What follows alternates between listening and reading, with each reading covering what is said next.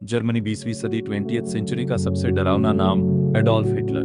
जब भी हिटलर का नाम लिया जाता है तो दिमाग में सिर्फ युद्ध, नफरत और तबाही की तस्वीरें उभरती हैं। लेकिन इस कठोर और निर्दयी इंसान की जिंदगी में एक और कहानी भी छुपी थी, एक औरत की कहानी जिससे वह चुपचाप प्यार करता था, इतना प्यार कि अपने आखिरी लम्हों में भी उसे छोड़ना उसने मंजूर नहीं किया। आज हम बात करेंगे ईवा ब्राउन की। म्यूनिख लेट 1920 20वीं सदी के आखिरी दशक। एक छोटा सा photography studio, Heinrich Hoffmann studio, यहीं काम करती थी सिर्फ 17 साल की ईवा ब्राउन। एक साधारण शांत स्वभाव की लड़की जिसे अंदाजा भी नहीं था कि उसकी जिंदगी इतिहास के सबसे अंधे अध्याय से जुड़ने वाली है। इसी स्टूडियो में उसकी मुलाकात होती है अडोल्फ हिटलर से। उस समय हिटलर नाजी पार्टी का नेता था, लेकिन दुनिया को पता नहीं था कि ये नाम भविष्य में सबसे बड़े भय और नफरत का प्रतीक बनेगा। हिटलर अक्सर स्टूडियो आता, तस्वीरें बनवाता और धीरे धीरे ईवा उसकी जिंदगी का हिस्सा बनती चली गई। एक 933 20वीं सदी के तीसरे दशक में हिटलर जर्मनी का चांसलर बन चुका था।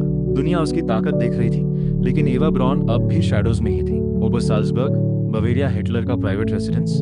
ईवा यहाँ रहती थी, लेकिन सिर्फ एक छुपी हुई मेहमान की तरह। हिटलर ने कभी ईवा को पब्लिक ने अपनी पार्टनर के रूप में स्वीकार नहीं किया। उसका मानना था कि जर्मन जनता को सिर्फ उसका नेता चाहिए, उनका प्रेम नहीं। ईवा के पास सब था, सुविधाएं, ऐशो आराम, लेकिन अपनी पहचान नहीं थी। 20वीं सदी के बीच के दशक ईवा इतनी अकेली हो चुकी थी कि उसने 2 बार अपनी जान लेने की कोशिश की। कारण हिटलर की भावनात्मक दूरी और एक जिंदगी जिसमें सब कुछ था सिवाय सच्चे अपनापन के। फिर भी ईवा ब्राउन ने हिटलर का साथ नहीं छोड़ा। 20वीं सदी के आखिरी दशक का शुरू वर्ल्ड वॉर 1 शुरू हो चुका था। शहर जल रहे थे, लाखों लोग मर रहे थे और ईवा ब्राउन अब भी इंतजार कर रही थी, सिर्फ हिटलर के लिए। 29 अप्रैल 1945 20वीं सदी के आखिरी अप्रैल, बर्लिन के अंडरग्राउंड बंकर में चुपचाप ईवा ब्राउन और एडोल्फ हिटलर शादी कर लेते हैं। गवाह केवल कुछ करीबी लोग। ईवा उस समय 33 साल की थी। सिर्फ एक दिन बाद 30 अप्रैल 1945 20वीं सदी के आखिरी अप्रैल, ईवा ब्राउन साइनाइड पॉइजन लेती है और हिटलर जहर के साथ खुद को गोली मार लेता है।